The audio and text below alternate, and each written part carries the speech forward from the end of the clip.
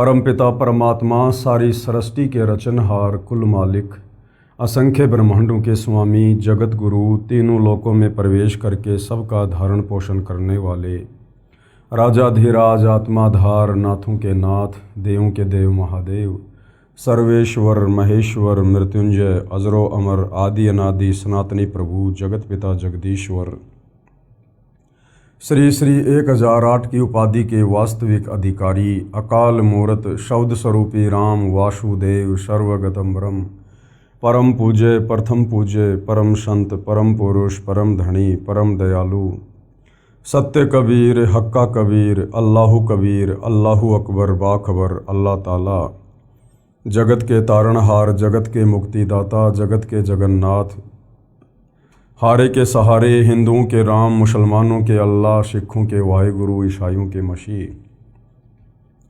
दया के सागर दया निधि करुणा के सागर करुणा निधि स्वयंभू परिभू संकट मोचन कष्ट हरण मंगल करण दुख भंजन अविगत कबीर निर्विकार निर्विषम परमात्मा अलय अलेख सतगुरु आदि अनादि सतगुरु असली मर्यादा पुरुषोत्तम असली राम असली कृष्ण असली घनश्याम असली मुरारी राजाओं के राजा महाराजाओं के महाराजा शहंशाहों के शहंशाह सम्राटों के सम्राट भगवानों के भगवान अल्लाहों के अल्लाह प्रभुओं के प्रभु मसीहों के मसीह सच्चे वाहिगुरु बाबाओं के बाबा पीरों के पीर सेठों के सेठ जगत सेठ सावड़सा सेठ सर्वगुण संपन्न अनंत कोटि कलाओं के स्वामी अनंत कोटि ब्रह्मांडों के नायक योगियों में महायोगी ध्यानियों में महाध्यानी सिद्धों में परम सिद्ध ज्ञानियों में तत्व ज्ञानी ब्रह्म ज्ञानी महाज्ञानी परम ज्ञानी सर्वश्रेष्ठ ज्ञानी विज्ञानी युवा कबीर समर्थ कबीर असमवात अमित ओजा सच्चे रहनुमा करीम अल्लाह सुभान अल्लाह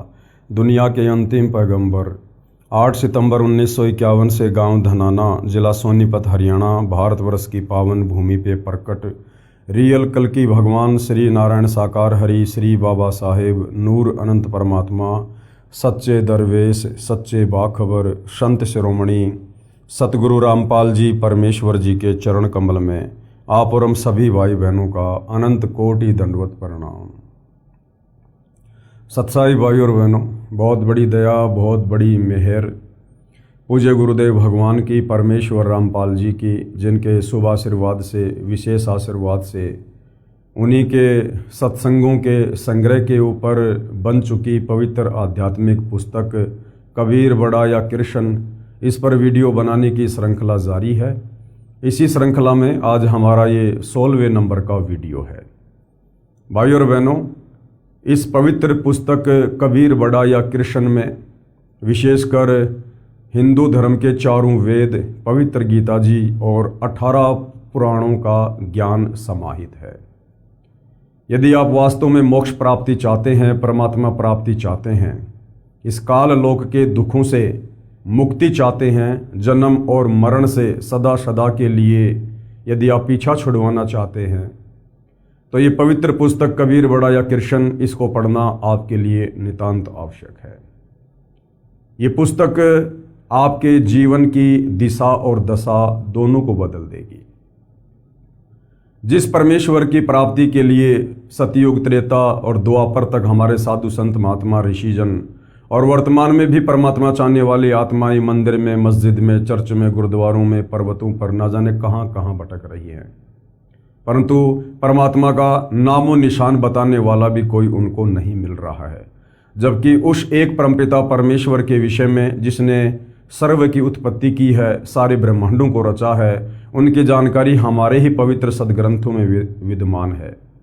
लेकिन तत्व ज्ञान के अभाव में हमारे नादान धर्मगुरु हमें नहीं बता पा रहे हैं वो सारा का सारा भेद, वो सारा का सारा रहस्य जो आज से पहले एक पहेली बना हुआ था। अब सतगुरु रामपाल जी परमेश्वर जी ने इन्हीं सदग्रंथों को खोल खोल के दिखा दिखा के उसको पहली कक्षा का कायदा बना दिया है। आज बच्चे बच्चे की जुबान पर है कि परमात्मा कौन है, परमात्मा कैसा है, परमात्मा कहाँ रहता है और परमात्मा कैसे मिलता है। तो भाई और बहनों, आप इस पवित्र पुस्तक को अवश्य पढ़िए और उसके बाद सतगुरु रामपाल जी से उपदेश प्राप्त करके अपनी आत्मा का कल्याण करवाएं। तो इस पवित्र पुस्तक पर हमारे जो वीडियो बनाने की श्रृंखला जारी है, उस श्रृंखला में जो विषय चल रहा है वो है जनता की अदालत में प्रश्नोत्तरी। यानी जनता की अदालत में जज खुद जनता है। मुकदमा है कबीर बड़ा या कृष्ण। एक तरफ श्री कृष्ण उर्फ विष्णु जी के वकील के रूप में सर्व हिंदू धर्म गुरु खड़े हैं, आचार्य शंकराचार्य खड़े हैं, तो दूसरी तरफ कबीर जी की ओर से कबीर जी के वकील परम पूज्य सतगुरु रामपाल जी खड़े हैं। और श्री कृष्ण उर्फ विष्णु जी के वकील साहिबानों यानी हिंदू धर्मगुरुओं का कहना है कि श्री कृष्ण उर्फ विष्णु ही सर्वसृष्टि रचनहार हैं, यही सबके पालन करता हैं, सबके जनक हैं, सबके संहार करता हैं, और ये अजरो अमर हैं, अविनाशी हैं, इनके कोई माता पिता नहीं है। जबकि कबीर जी के वकील सतगुरु रामपाल जी ने भरी अदालत में जनता के सामने उन्हें हिंदू धर्म ग्रंथों को दिखा दिखा कर ये साबित कर दिया, प्रमाणित कर दिया पवित्र गीता जी से और श्री देवी महापुराण से, शिव महापुराण से, कि ब्रह्मा विष्णु महेश ये तीनों भाई हैं और ये तीनों जन्मते और मरते हैं। इनके माता पिता हैं, इनकी माता का नाम दुर्गा है, इनके पिता का नाम काल ब्रह्म है। ये अजरो अमर नहीं है, ये अविनाशी नहीं है, ये नाशवान भगवान है। जब जनता की अदालत में जनता ने अपनी आंखों से हिंदू धर्म ग्रंथों में सारे ये प्रमाण देखे तो जनता की रुचि अध्यात्म में बढ़ने लगी और जनता सतगुरु रामपाल जी से अध्यात्म के विषय में तरह तरह के सवाल कर रही है और उनके प्रत्येक सवाल का सतगुरु रामपाल जी हिंदू धर्म ग्रंथों से प्रमाणित जवाब दे रहे हैं। तो आज का हमारा जो टॉपिक है वो जनता का एक सवाल था। उसी सवाल को लेकर सतगुरु रामपाल जी अपना जवाब दे रहे हैं कि शास्त्र विरुद्ध साधना क्या है। शास्त्र अनुकूल साधना वो होती है जो हमारे धर्म ग्रंथों के अनुसार हमें दी जा रही हो। जैसे चारों वेदों में, पवित्र गीता जी में, 18 पुराणों में किस परमेश्वर की भक्ति करने के लिए कहा गया है, कौन परमेश्वर सर्वशक्तिमान है, सर्वश्रेष्ठ है, पुरुषोत्तम है, कौन सा वो मंत्र है जिसका जाप करने से हमें भौतिक लाभ भी मिलेंगे, आध्यात्मिक लाभ भी मिलेंगे और आत्मा का कल्याण भी होगा।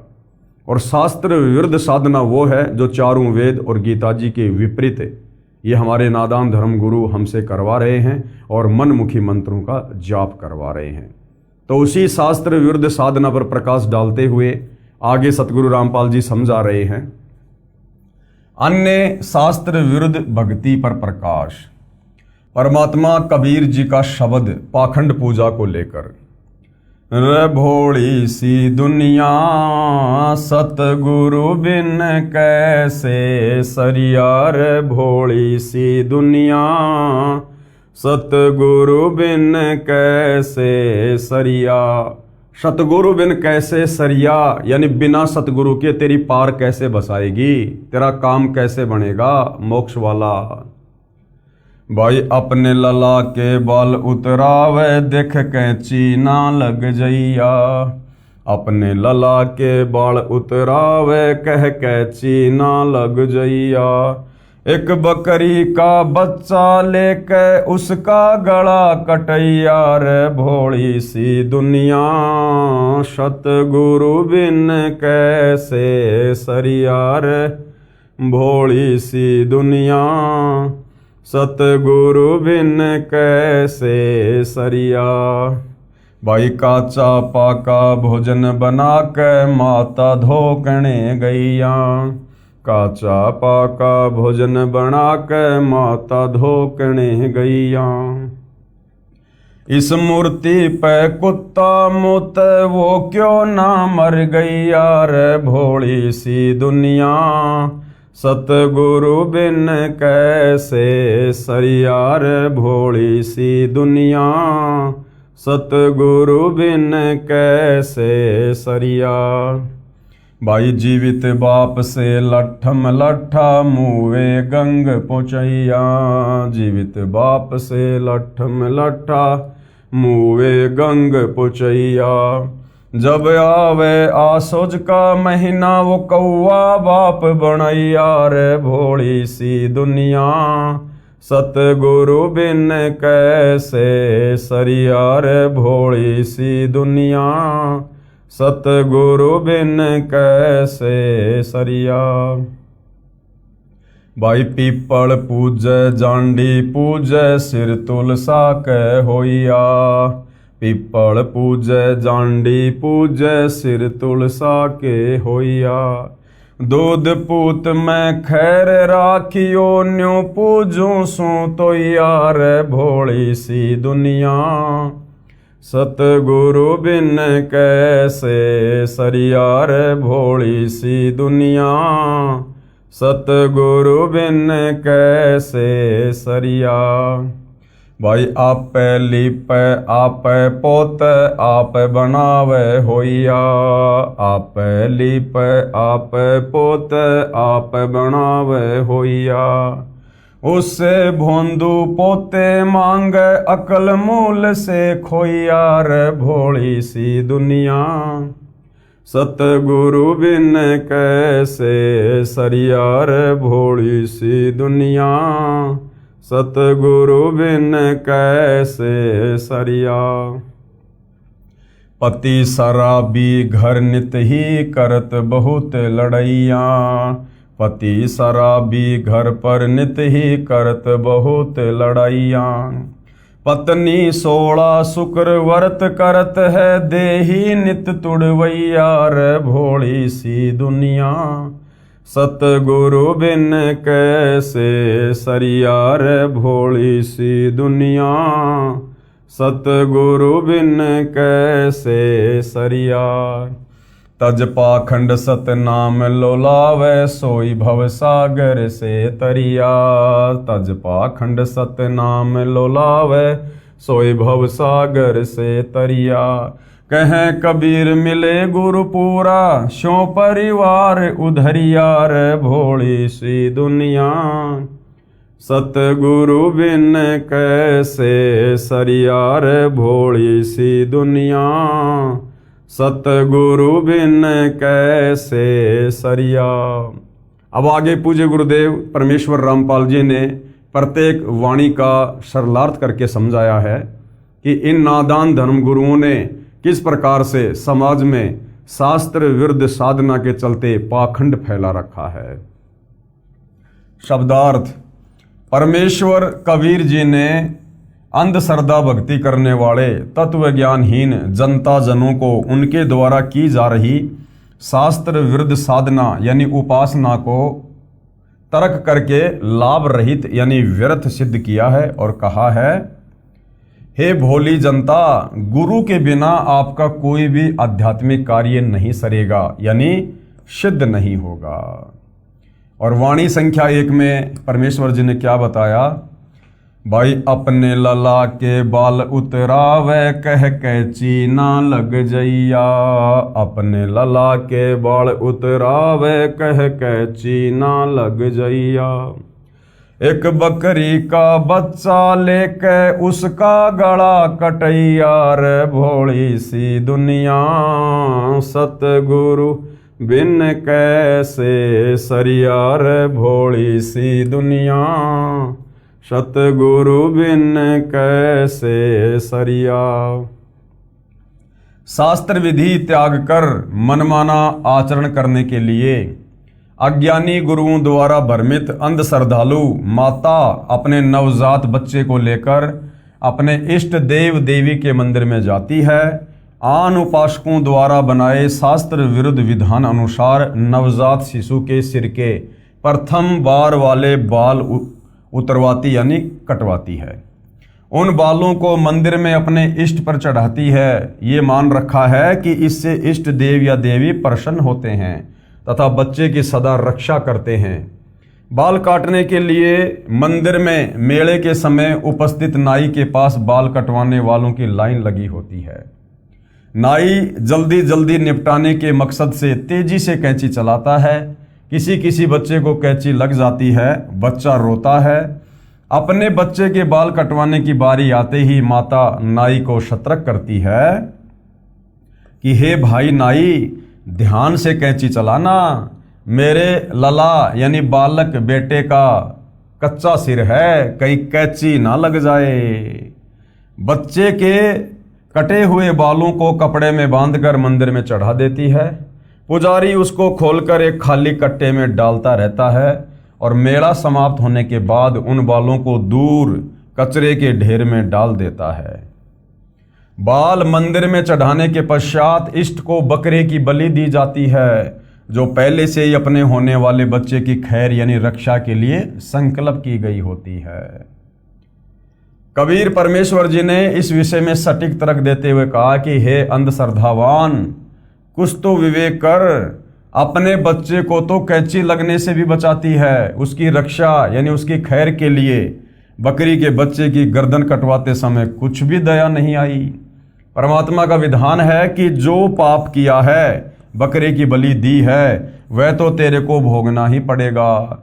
वह पत्थर की देवी या देव कुछ भी मदद ना तेरी ना तेरे बच्चे की कर सकती है, जो आपको भ्रम है। मासा घटे न तिल बदे, विधाता लिखे जो लेख, साचा सतगुरु मेट कर ऊपर मार दे मेख। परमपिता परमेश्वर कबीर साहिब जी ने कर्मों के अनुसार जिस आत्मा का जैसा भी प्रारब्ध बना दिया है, उसमें एक तिल के दाने जितनी ना तो बढ़ोतरी हो सकती है और ना ही राई के दाने के जितना कुछ जो है वो कम हो सकता है। कुछ नहीं कर सकते ना ब्रह्मा विष्णु महेश, ना दुर्गा, ना काल, ना अन्य कोई देवी देवता। चेंज हो सकता है कब? जब वही कबीर परमात्मा जिसने वो प्रारब्ध बनाया है, जिसने वो भाग्य लिखा है, जब वही कबीर परमेश्वर धरती पर तत्वदर्शी संत के रूप में प्रकट होते हैं और यदि उनके ज्ञान को समझकर हम उनकी शरण में जाकर मर्यादा में रहकर भक्ति करते हैं, तो हमारे भाग्य में लिखी मौत को भी वो परमेश्वर टाल देगा, क्योंकि वो सर्वशक्तिमान है, वो समर्थ है। इसलिए कहते हैं मासा घटे न तिल बदे, विधाता लिखे जो लेख, पर साचा सतगुरु मेट कर ऊपर मार दे मेख। तो इन नादान धर्मगुरुओं के बहकावे में आकर कि अपनी इष्ट देवी या देव के धाम पर जाकर बाल कटवाने से या कोई बलि चढ़ाने से आपके बच्चे की रक्षा होगी, उसका भविष्य सुधर जाएगा, ऐसा कुछ भी नहीं है। जो उसके भाग्य में है वो उसको मिलना ही मिलना है, बल्कि उसने तो बकरी का बच्चा बलि चढ़ाकर और ज्यादा अपने कर्म बिगाड़ लिए, पाप कर्म मोल ले लिए। गुरुदेव कह रहे हैं विचार करें, यदि वहां उस मंदिर में वास्तव में देवी या देव होता और आप उसके घर में बाल डालते, तो इसी बात पर आपसे नाराज होकर दंड देते। देवी देवता सभ्य और शाकाहारी नेक प्रवृत्ति के होते हैं, वे कभी मांस, मदिरा तथा अन्य नशीली वस्तुओं का सेवन नहीं करते। पुजारी उन बालों को फेंक देते हैं, क्या वे बाल बैंक में जमा करवाने के योग्य होते हैं? आप अपने बच्चों के बाल स्वयं ही किसी नाई से कटवा दो, किसी मंदिर में ले जाकर अपने कर्म व धन तथा वक्त को नष्ट ना करो। पूर्ण गुरु से शिक्षा लो यानी आध्यात्मिक ज्ञान सुनो तथा दीक्षा लो यानी गुरु बनाकर शास्त्र वर्णित साधना करके पापों से मुक्ति पाओ तथा मोक्ष कराओ। और वह पूर्ण गुरु, वह तत्वदर्शी गुरु आज वर्तमान में धरती पर सतगुरु रामपाल जी हैं। इनकी शरण में आकर ही आप अपने भाग्य में लिखे कर्मों से भी बच सकते हो और अपने जीवन को सुखी बना सकते हो। आगे क्या बताया परमेश्वर जी ने? भाई काचा पाका भोजन बना के माता धोकने गैया, काचा पाका भोजन बना के माता धोकने गैया।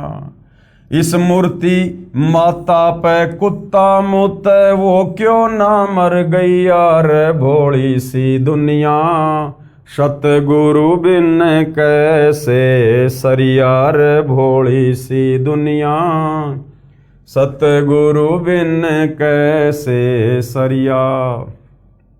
भावार्थ, आन उपासना की अन्य विधि ये भी है कि गांव या नगर के बाहर किसी वृक्ष के नीचे तने से सटाकर या किसी ऊंचे स्थान पर बिना पेड़ के ही 10 फुट लंबा चौड़ा या इससे भी छोटा चबूतरा यानी एक प्लेटफार्म बनाकर उसके ऊपर 2 फुट या 3-4 फुट ऊंचा तथा 1-1.5 फुट चौड़ा एक मंदिर नुमा घर बनाते हैं। उसे मंडी कहते हैं। वर्ष में 1 या 2 बार किसी निश्चित दिन उस देई धाम पर धोक लगाने यानी पूजा करने दादी माँ अपने पूरे परिवार को लेकर जाती है। उसे पता होता है कि जो भी भोजन इष्ट के लिए बनाकर उस मंडी में रखते हैं उसे कुत्ते खाते हैं। वह बुढ़िया अपनी पुत्र वधू से कहती है कि बेटी, आज माता की धोख लगाने मंडी पर चलना है, उसके लिए मीठा दलिया या पूड़े गुलगुले बना ले। पुत्र वधू माता का भोग तैयार करने लग जाती है। देर तो लगती ही है, उधर से खेत या मजदूरी के लिए जाने का समय भी हो जाता है। बुढ़िया कहती है कि बेटी, काचा पक्का बना दे, जल्दी कर, कुत्तों ने ही तो खाना है। पूरे परिवार को साथ लेकर बुढ़िया उस मंडी पर वह माता का भोग प्रसाद दूर से फेंक देती है तथा पूरे परिवार को कहती है कि हाथ जोड़कर चै चै कह दो, यानी यूं कर दो बस। एक लोटे में जल लेकर जाती है, उसे माता के ऊपर डाल देती है। परिवार माता की धोख लगाकर चबूतरे के नीचे भी नहीं आता। उसी समय कुत्ते जो वहीं पर भोग लगाने के लिए बेताब यानी उतावले खड़े होते हैं, माता की मंडी के उस प्लेटफार्म पर चढ़कर प्रथम तो माता का भोग चट करते हैं और चलते समय उस माता पर पेशाब कर देते हैं, उस पत्थर के ऊपर पेशाब कर देते हैं। परमेश्वर कबीर जी ने इस विषय पर तर्क दिया है कि हे भोली अंधभक्ति करने वाली जनता, विचार कर, जिस मंडी वाली देवी माता की आप पूजा इसलिए करती हो कि ये मंडी में उपस्थित देवी हमारे परिवार की तथा खेती और पशुधन की रक्षा करती है। यदि उस मंडी में देवी उपस्थित होती तो उसके भोजन को कुत्ता खा गया, उसके ऊपर मूत्र की धार लगा गया। वह कुत्ता तेरी पत्थर की माता ने मारा क्यों नहीं? यदि आप भोजन कर रहे हो और कोई कुत्ता आकर आपके भोजन को खाने लगे तो आप उसको डंडे लाठी से मारोगे।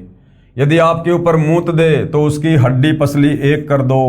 परंतु आपकी पूज्य देवी तो बहुत विवश है या उसे अधरंग लगा है, उसे भक्ति लाभ की झूठी आशा त्याग कर पूर्ण गुरु से शास्त्र विधि अनुसार सत्य भक्ति की दीक्षा व शिक्षा अर्थात ज्ञान लेकर अपना तथा परिवार का कल्याण करवाओ।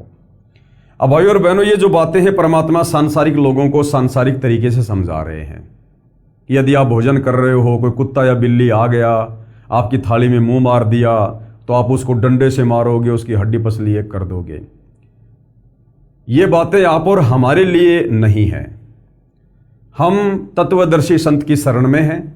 हमें परमेश्वर ने सृष्टि रचना का ज्ञान बता दिया है, सभी जीव आत्माओं की स्थिति बता दी है कि जीव आत्मा चाहे गधे के शरीर में है, चाहे बिल्ली के शरीर में है, चाहे कुत्ते के शरीर में है, चाहे हम इंसानों के शरीर में है, हम सब एक परमपिता परमेश्वर कबीर साहिब के बच्चे हैं। और शतलोक में हमने जो गलती की थी उसकी सज़ा हम यहाँ पर लक 84 में भोग रहे हैं। अब यदि भाई और बहनों, मान लीजिए हम भगत भाई बहन खाना खा रहे हैं और गलती से या जैसे भी कोई कुत्ता या बिल्ली आकर मुंह मार देता है तो हमने उसको लाठी डंडों से पीटना नहीं है, हमने उसकी हड्डी पसली एक नहीं करनी है। वो भोजन यदि कुत्ता या बिल्ली ने झूठा कर दिया है, वो भोजन हम प्यार से साइड में उसके लिए रख देंगे, क्योंकि वो भी भूखा है, तभी तो उसने आकर ऐसी हरकत की है। और परमात्मा कहते हैं, कहे कबीर पुकार के दोए बात लख ले, एक साहिब की बंदगी और भूखों को कछु दे। आपके दरबार पर यदि भूखा कोई इंसान आ जाए, चाहे कोई जानवर आ जाए, अपनी श्रद्धा के अनुसार, अपनी स्थिति के अनुसार उसको अवश्य कुछ खाने पीने के लिए देना चाहिए। आगे परमेश्वर पाखंड पूजा को समझाते हुए कह रहे हैं, श्राद्ध पिंडदान करें या ना करें।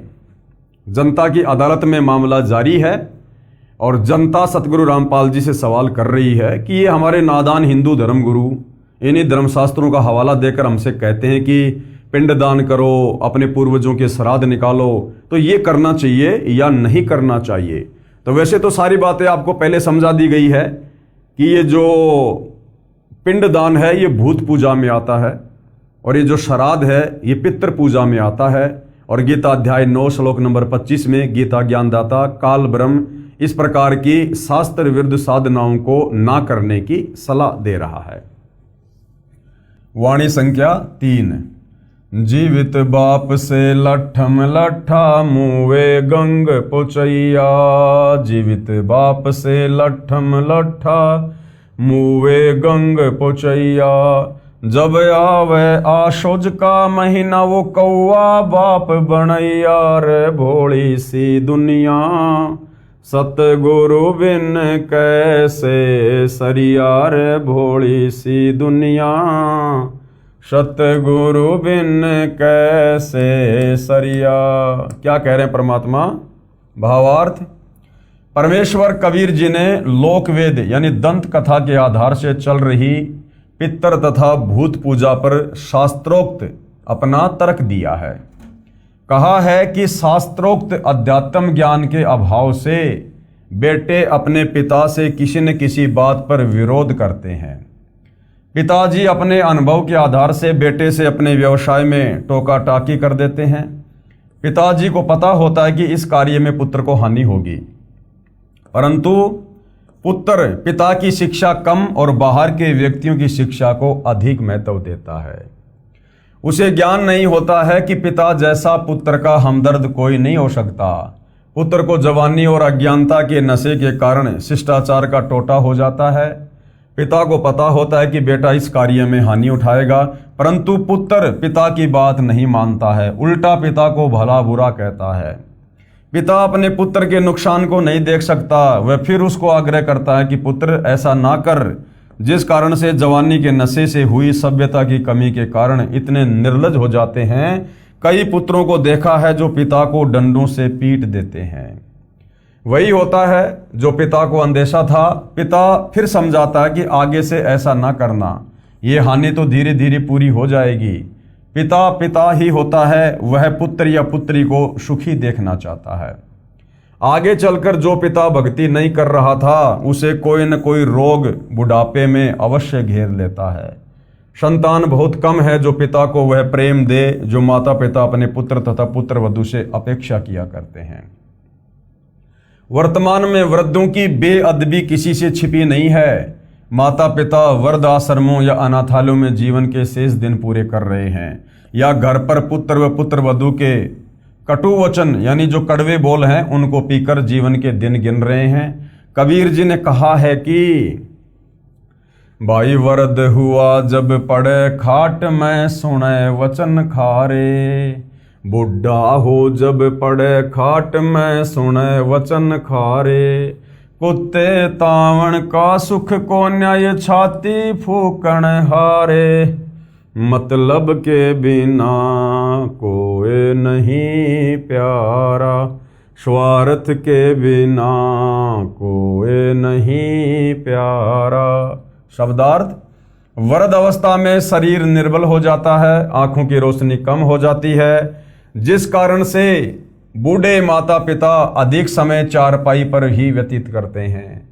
एक स्त्री अपनी सासू माँ से ये कहकर कुएं या नल से पानी लेने चली गई कि आप ध्यान रखना कहीं कुत्ता घर में घुसकर नुकसान ना कर दे। बुढ़िया को दिखाई कम देता था, कुत्ता अंदर घर में घुस गया। एक लोटा 2 किलो दूध से भरा रखा था, उसको पी गया और नीचे गिरा गया। वृद्धा को दिखाई नहीं दिया।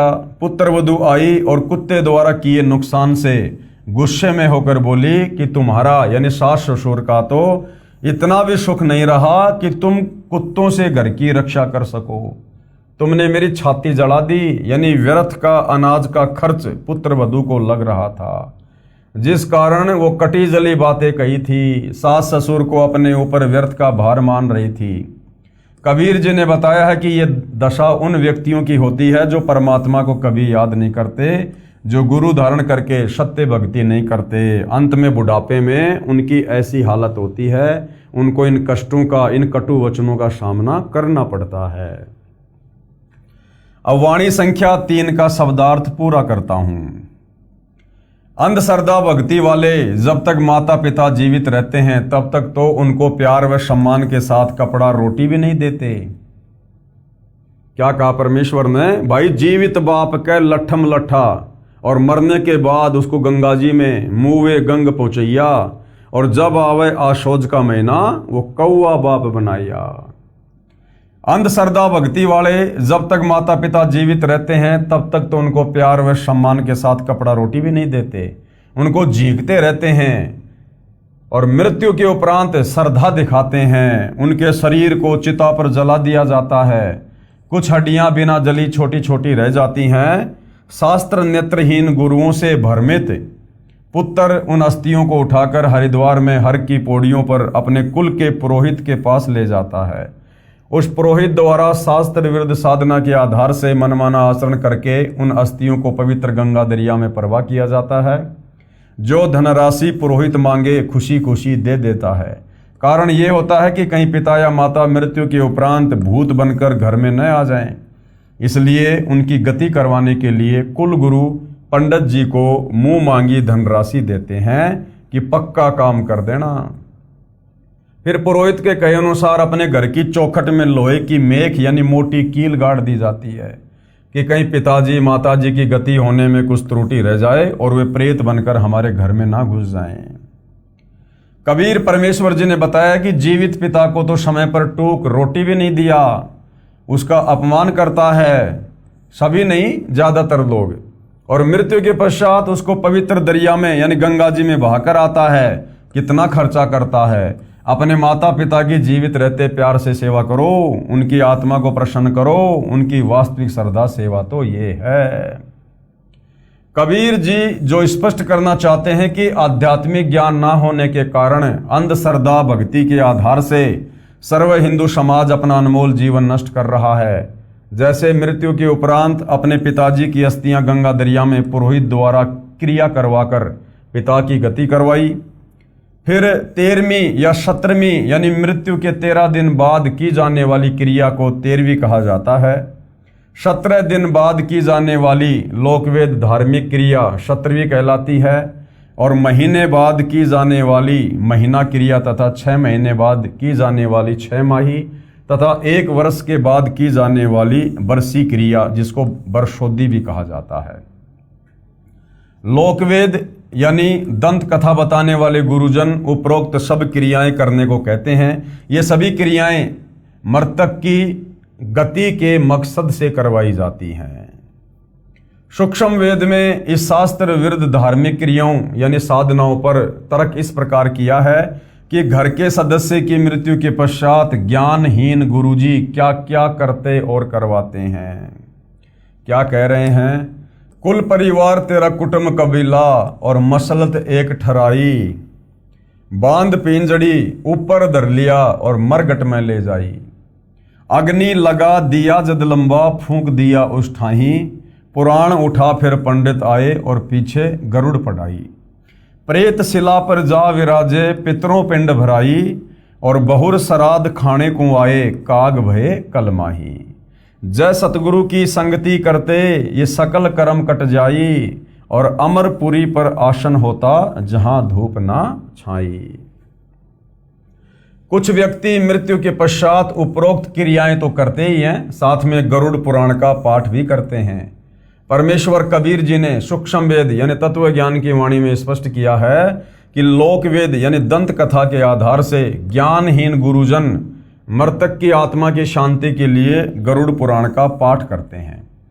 गरुड़ पुराण में एक विशेष प्रकरण है कि जो व्यक्ति धर्म कर्म ठीक से नहीं करता तथा पाप करके धन उपार्जन करता है, मृत्यु के उपरांत उसको यम के दूत घसीट कर ले जाते हैं।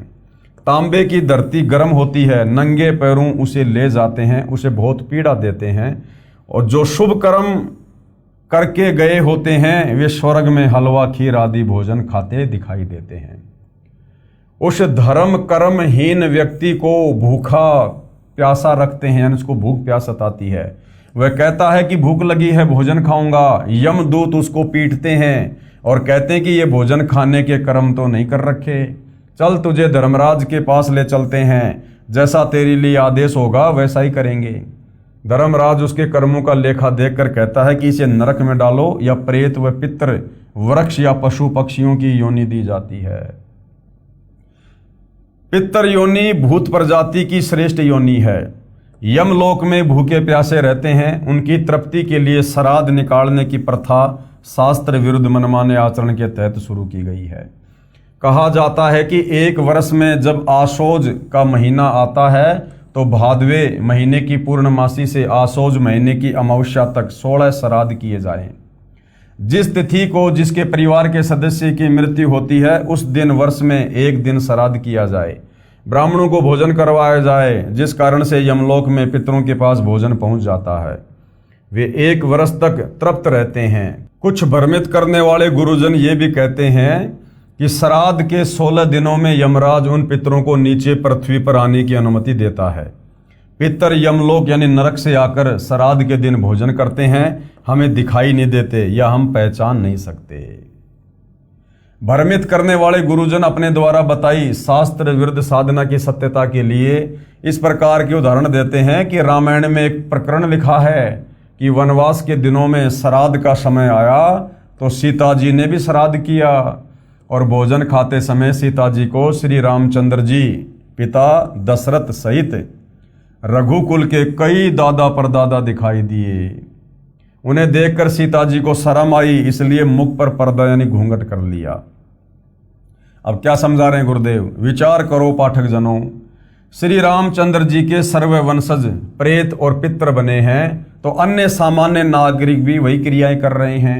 वे भी नरक में पितर बनकर पितरों के पास जाएंगे। इस कारण ये शास्त्र विधि विरुद्ध साधना है जो पूरा हिंदू समाज कर रहा है।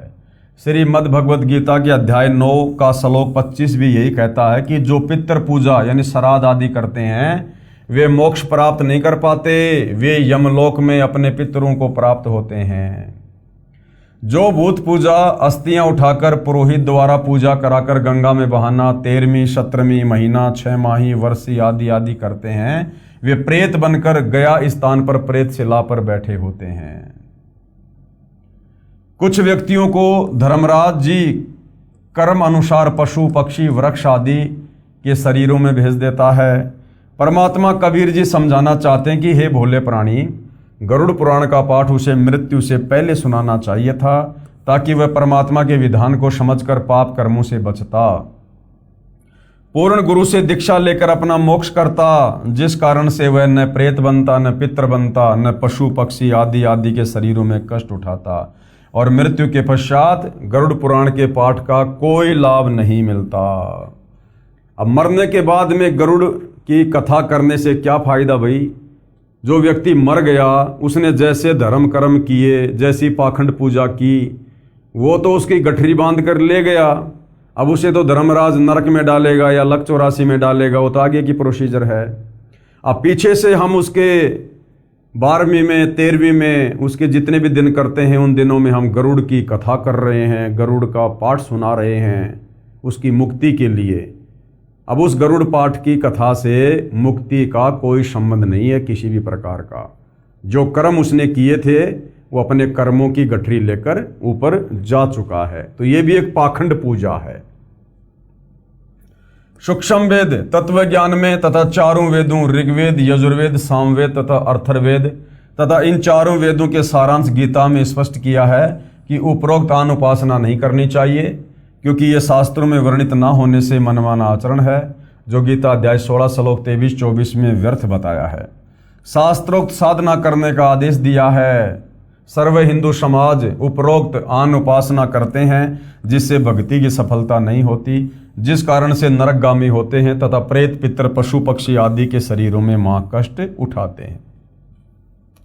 अब कबीर जी के वकील सतगुरु रामपाल जी जनता की अदालत में क्या कह रहे हैं? कबीर जी के वकील यानी लेखक का उद्देश्य किसी की साधना की आलोचना करना नहीं है। कोई ये सोचे भाई सतगुरु रामपाल जी हमारे श्राद्ध निकालने वाली, 12वीं करने वाली, 13वीं करने वाली, ये गरुड़ पुराण वाली इन साधनाओं की निंदा कर रहे हैं, ऐसा कुछ भी नहीं है। अपितु आप जी को सत्य साधना का ज्ञान करवाकर इन कष्टों से बचाना है। प्रसंग चल रहा है कि जो शास्त्र विरुद्ध साधना करते हैं उनके साथ महा धोखा हो रहा है। बताया है कि मृतक की गति यानी मोक्ष के लिए पहले तो अस्थियां उठाकर गुरुजी के द्वारा पूजा करवाकर गंगा दरिया में प्रवाहित की और बताया गया कि इसकी गति हो गई। उन्हीं गुरुओं ने पहले तो क्या बताया कि तुमने जो ये अस्थियां गंगा जी में डाल दी है ना, इसकी गति हो गई है, क्योंकि उसकी गति करवाने के लिए ही उन बची कुची हड्डियों को गंगा जी में प्रवाह करने की सलाह दी गई थी। फिर उसके बाद क्या कहते हैं? उसके पश्चात 13वीं 17वीं महीना 6 माही बरसी आदि आदि क्रियाएं उसकी गति करवाने के लिए करवाई। ठीक है, उसके बाद पिंडदान किया, वो भी गति करवाने के लिए। फिर श्राद्ध करने लगे, उसे यमलोक में जो है वो तृप्त करवाने लगे।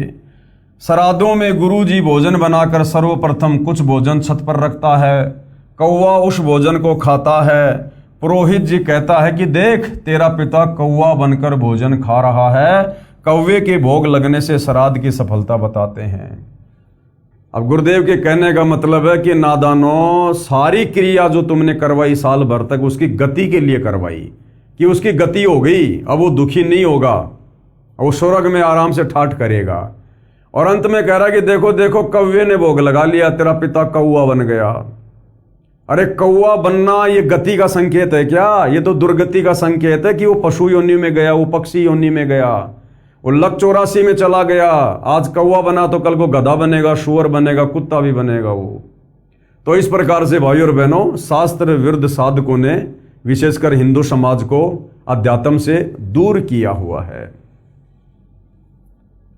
परमेश्वर कबीर जी ने यही भ्रम तोड़ा है और कहा है कि आपके तत्व ज्ञान नेत्रहीन अंधे धर्मगुरुओं ने अपने धर्म के शास्त्रों को ठीक से नहीं समझ रखा।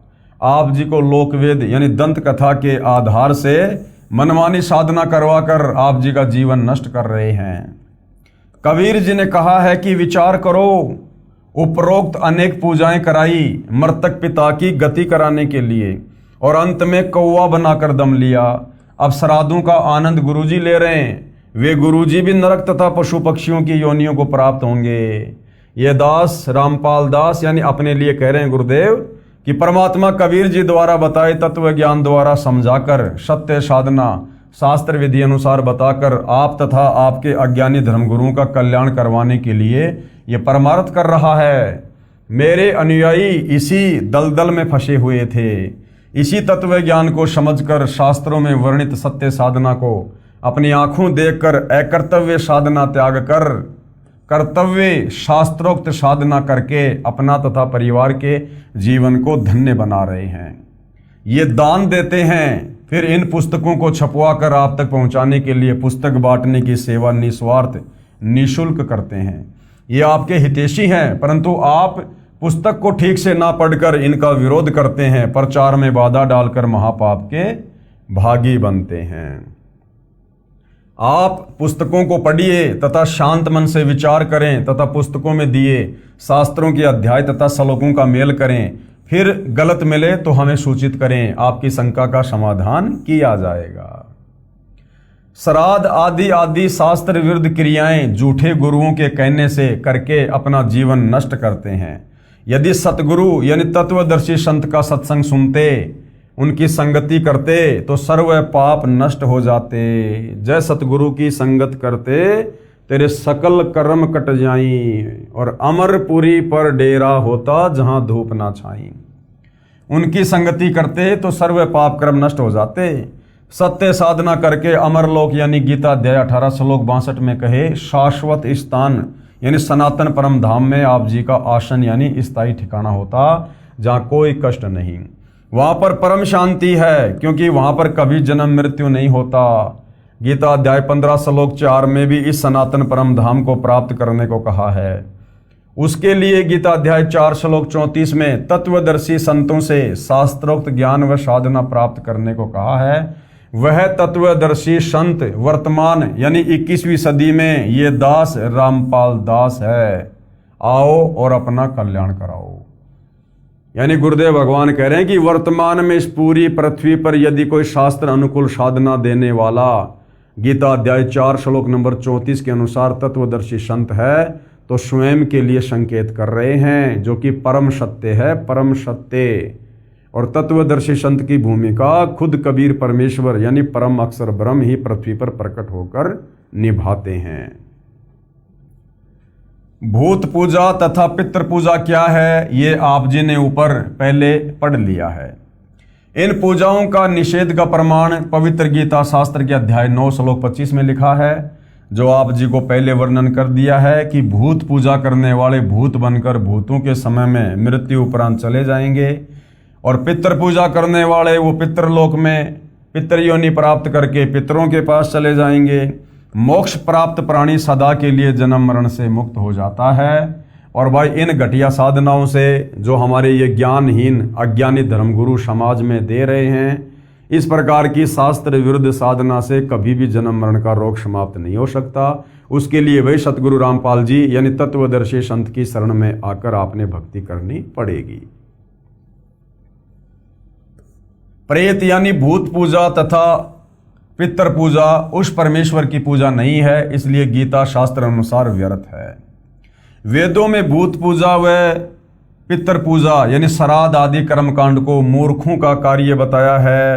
पवित्र मार्कंडे पुराण में इसका प्रमाण है। हमने पहले भी ये रुचि ऋषि की कथा पढ़ी थी, फिर से पढ़ेंगे। श्राद्ध पिंडदान के प्रति रुचि ऋषि का वेद मत। मार्कंडे पुराण में रोचे ऋषि के जन्म की कथा आती है। एक रुचि ऋषि था, वह ब्रह्मचर्य का पालन करते हुए वेदों अनुसार साधना करता था, विवाह नहीं करवाया था। रुचि ऋषि के पिता, दादा, परदादा तथा तीसरे दादा सब पितर यानी भूत योनि में भूखे प्यासे भटक रहे थे। जिस समय रुचि ऋषि की आयु 40 वर्ष थी, तब उन चारों ने रुचि ऋषि को दर्शन दिए तथा कहा कि बेटा आपने विवाह क्यों नहीं किया, विवाह करके हमारे श्राद्ध करना। रुचि ऋषि ने कहा कि हे पितामहों, वेद में इस श्राद्ध पिंडोतक आदि कर्मों को अविद्या कहा है, यानी मूर्खों का कार्य कहा है।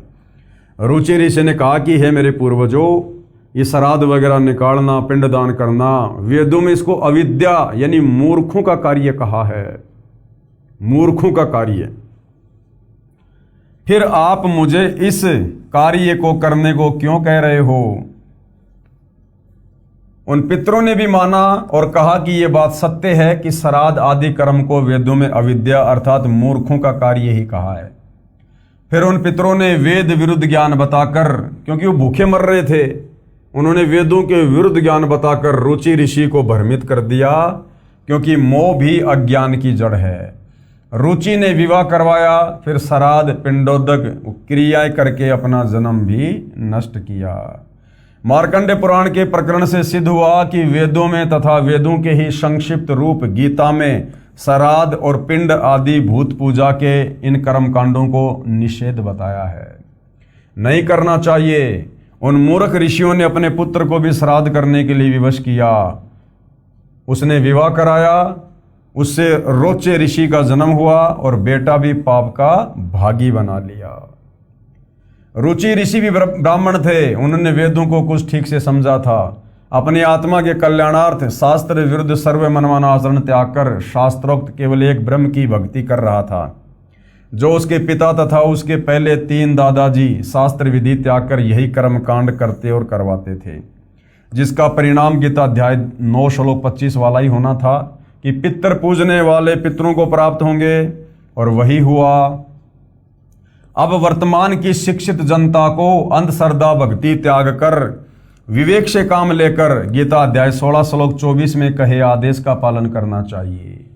और गीता अध्याय 16 श्लोक 24 में क्या बताया है कि अर्जुन, कर्तव्य और अकर्तव्य की स्थिति में, कर्तव्य यानी कौन से भक्ति कर्म करने चाहिए और अकर्तव्य यानी कौन से भक्ति कर्म नहीं करने चाहिए, केवल शास्त्र ही प्रमाण है। यानी वेदों में और गीता जी में और 5वें वेद सूक्ष्म वेद में परमेश्वर की प्राप्ति की जो विधि है, मोक्ष प्राप्ति की जो साधना है, केवल वही करनी चाहिए। शास्त्रों के बताए अनुसार ही भक्ति साधना करनी चाहिए। और चारों वेद ये सनातनी ग्रंथ हैं, पूरे विश्व के मानव समाज के लिए हैं। चारों वेदों का सार पवित्र गीता जी है, और पवित्र गीता जी साफ साफ कह रही है अध्याय 4 श्लोक नंबर 34 कि सबसे पहले तो तत्वदर्शी संत की खोज करो। यानी बिना पूर्ण गुरु के, बिना सतगुरु के भक्ति शुरू नहीं होती है। सतगुरु भी पूर्ण होना चाहिए। आजकल गांव गांव नगर नगर में लोग सतगुरु की उपाधि लेकर बैठे हुए हैं, जो सत्य के निकट भी नहीं है। तो गीता अध्याय 4 श्लोक 34 में जिस तत्वदर्शी संत का वर्णन है, सबसे पहले उसकी खोज करो। और उसकी पहचान गीता अध्याय 15 श्लोक नंबर 1 से 4 में बताई है, जो उल्टे लटके हुए संसार रूपी वृक्ष के सभी विभागों को स वेद विद बता दे कि वास्तव में सर्वशक्तिमान परमात्मा कौन है, ब्रह्मा विष्णु महेश की क्या स्थिति है, उसके बाद उस तत्वदर्शी संत से उपदेश प्राप्त करके और उसके बताए अनुसार नियमों में रहकर भक्ति करने से आत्मा का कल्याण होगा। अब वर्तमान की शिक्षित जनता को अंधश्रद्धा भक्ति त्याग कर विवेक से काम लेकर गीता अध्याय 16 श्लोक 24 में कहे आदेश का पालन करना चाहिए, जिसमें कहा है कि इससे तेरे लिए अर्जुन शास्त्र ही प्रमाण है। यानी जो शास्त्रों में करने को कहा है वही करें, जो शास्त्रों में प्रमाणित नहीं है उसे त्याग दें। गीता में परमात्मा का बताया विधान है तथा पुराणों में ऋषियों का अनुभव है। यदि पुराणों में श्राद्ध आदि कर्मकांड करने को लिखा है तो वह गीता विरुद्ध होने से अमान्य है। उदाहरण दिया जा रहा है, एक व्यक्ति की दोस्ती थानेदार से थी। एक दिन उस व्यक्ति ने अपने मित्र दरोगा को बताया कि मेरे को मेरे गांव का एक दबंग व्यक्ति परेशान करता रहता है। दरोगा ने कहा कि उसको लठ मार, मैं आप निपट लूंगा, कोई मुकदमा नहीं बनने दूंगा। उस व्यक्ति ने दरोगा के आदेश अनुसार गांव के उस व्यक्ति को लठ मारा जो सिर में लगा और व्यक्ति की मृत्यु हो गई। हत्या का मुकदमा दरोगा के मित्र पर बना। उस क्षेत्र के थाने का प्रभारी होने के कारण उसी दरोगा मित्र ने मुकदमा बनाया और हत्या के कारण उसको मृत्यु दंड दिया। विचार करें, राजा का विधान है कि किसी से झगड़ा मत करो, कानूनी कार्रवाई करो। उस व्यक्ति ने अधिकारी दरोगा का आदेश पालन किया जो राजा के संविधान के विपरीत था, जिस कारण से जीवन से हाथ धो बैठा, यानी दंड का भागी बना। इसी प्रकार ऋषियों या इन पितरों का श्राद्ध करने, पिंडदान आदि करने को कहने का आदेश परमात्मा के शास्त्रोक्त विधान के विरुद्ध है। उसका पालन करने से परमात्मा का विधान भंग होने के कारण मोक्ष के स्थान पर भूत पितर पशु पक्षियों के शरीर धारण करके अनेकों कष्ट उठाते हैं। कहने का मतलब है जो सत्य साधना चारों वेदों में है और चारों वेदों का सार है पवित्र गीता जी, तो पवित्र गीता जी हमें जिस भक्ति साधना को करने की सलाह दे रही है, हमने उसी आधार से भक्ति साधना करनी चाहिए। बाकी ये श्राद्ध निकालना, ये पिंड भरना, 12वीं करना, 13वीं करना, समाधि पूजना, हड्डियों को गंगा जी में डाल के आना, ये जितने भी प्रकार के ये कर्मकांड हैं, ये सब के सब हमारे इन ऋषियों के अपने मनमुखी भक्ति कार्य हैं। यानी इन पुराणों में जो भी कुछ वेदों के विरुद्ध है या गीता जी के विरुद्ध है, उसको हमने बिल्कुल भी स्वीकार नहीं करना है, क्योंकि चारों वेद और गीता जी ये परमात्मा का विधान है और ये जितने भी 18 पुराण है ये इन ऋषि महात्माओं का अपना भक्ति अनुभव है। तो पुराणों का जो ज्ञान है, जो ऋषियों का अनुभव है, यदि वो वेदों वाली साधना से मिलता है, गीता वाली साधना से मिलता है, तो वो बातें हमें स्वीकार्य हैं। और पुराणों में कही गई बातें जो गीता और वेदों के विरुद्ध हैं, उनको हमने कतई स्वीकार नहीं करना है, अन्यथा हम परमात्मा का विधान तोड़कर दंड के भागी बनेंगे। मार्कंडे पुराण में पितरों की दुर्गति का प्रमाण। जिंदा महात्मा अर्थात परमेश्वर ने धर्मदास जी से कहा, आज से 650 साल पहले जब कबीर परमेश्वर बनारस के काशी में लहरतारा तालाब पर कमल के विकसित फूल पर प्रकट हुए और लीला करते हुए बड़े हुए, आगे चलकर उन्होंने एक अच्छी आत्मा आदरणीय धर्मदास जी को अपनी शरण में लिया और धर्मदास जी को परमेश्वर ने काफ़ी कुछ ज्ञान समझाया। जब परमात्मा प्रथम बार आदरणीय धर्मदास जी को मिले तो एक जिंदा महात्मा के रूप में मिले थे। जिंदा महात्मा अर्थात परमेश्वर ने धर्मदास जी से कहा कि हे धर्मदास जी, आपने बताया कि आप भूत पूजा 13वीं 17वीं आदि भी करते हैं तथा अस्थियां उठाकर गति कराते हो और पितृ पूजा श्राद्ध आदि करना, पिंड भराना तथा देवताओं विष्णु शिव आदि की पूजा भी करते हो, जबकि गीता अध्याय 9 श्लोक 25 में गीता ज्ञानदाता ने मना किया है। संक्षिप्त मार्कंडे पुराण में माल दशा वाले प्रकरण में पेज नंबर 90 पर लिखा है, जो पितर देवलोक में हैं, जो तिर्यक योनि में पड़े हैं, जो मनुष्य योनि में एवं भूत वर्ग में अर्थात प्रेत बने हैं, वे पुण्यात्मा हो या पापात्मा, जब भूख प्यास विकल होते हैं, यानी जब वो भूख प्यास से वो तड़पते हैं, तो पिंड दान तथा जलदान द्वारा उनको तृप्त किया जाता है। पेश है मार्कंडे पुराण से संबंधित प्रकरण की फोटोकॉपी। ये देखिएगा, ये संक्षिप्त मार्कंडे पुराण है। विचार करें शास्त्र विधि त्याग कर मनमाना आचरण अर्थात मनमानी पूजा, देवों की और पितरों की भूतों की पूजा करके प्राणी पितर व भूत प्रेत बने। यानी ये श्राद्ध निकाल कर पिंड दान करके देवी देवताओं की पूजा करके ये दुर्गति होती है। वे देवलोक जो देवताओं की पूजा करके देवलोक में चले गए, वे अपने पुण्यों के समाप्त होने पर पितर रूप में रहते हैं, चाहे यमलोक में या प्रेत बने हैं, सर्व कष्ट में जीवन व्यतीत कर रहे हैं। अब जो उनकी पूजा करेगा वह भी इसी कष्टमयी योनि को प्राप्त होगा। इसलिए सर्व मानव समाज को शास्त्र विधि अनुसार साधना करनी चाहिए, जिससे उन पितरों की पितर योनि छूट जाएगी तथा साधक भी पूर्ण मोक्ष प्राप्त करेगा। अब भाइयों और बहनों, जो संतुष्टि आप अपने उन पूर्वजों की इन तत्व ज्ञानहीन नादान धर्म गुरुओं के कहने पर शास्त्र विरुद्ध साधना करके, जैसे श्राद्ध निकालना, पिंड भरना, 13वीं 12वीं समाधि पूजना आदि आदि करके भी नहीं कर सकते, अब बड़ी आसानी से जगत गुरु तत्वदर्शी सतगुरु रामपाल जी की शरण में आकर जो शत भक्ति उन्होंने हमें दी है, उस शत भक्ति को शुरू करके आप जी कर सकते हैं। यानी जब हम तत्वदर्शी संत से तत्व ज्ञान लेकर और शास्त्र अनुकूल साधना करना शुरू कर देते हैं, तो उस भक्ति का इतना बड़ा तेज है, उसका प्रताप है कि हमारे जो पूर्वज, हमारी जो पिछली 7 पीढ़ियां हैं, उन 7 पीढ़ियों तक के हमारे पूर्वज जो शास्त्र विरुद्ध साधना करने के चलते आज वर्तमान में उन भूत और उन प्रेत योनियों में कष्ट उठा रहे हैं, भूख प्यास से तड़प रहे हैं, या अन्य लक 84 योनियों में अपना कर्म भोग रहे हैं। अब यदि आप तत्वदर्शी संत सतगुरु रामपाल जी से उपदेश प्राप्त करके शास्त्र अनुकूल साधना शुरू कर देते हैं, तो उनकी वो तमाम योनियां छूट जाएंगी और उन्हें परमेश्वर मनुष्य जन्म प्रदान करेंगे, मनुष्य जन्म। और मनुष्य जन्म में परमेश्वर फिर उनको अपनी शरण में लेंगे और उनको भी परमात्मा शास्त्र अनुकूल साधना पर लगा देंगे। तो भाइयों और बहनों, अपने पूर्वजों को उन कष्टों से मुक्त करवाने का और अपनी आत्मा का आत्म कल्याण करवाने का कितना सीधा और कितना सरल शास्त्र अनुकूल समाधान सतगुरु रामपाल जी ने बता दिया है।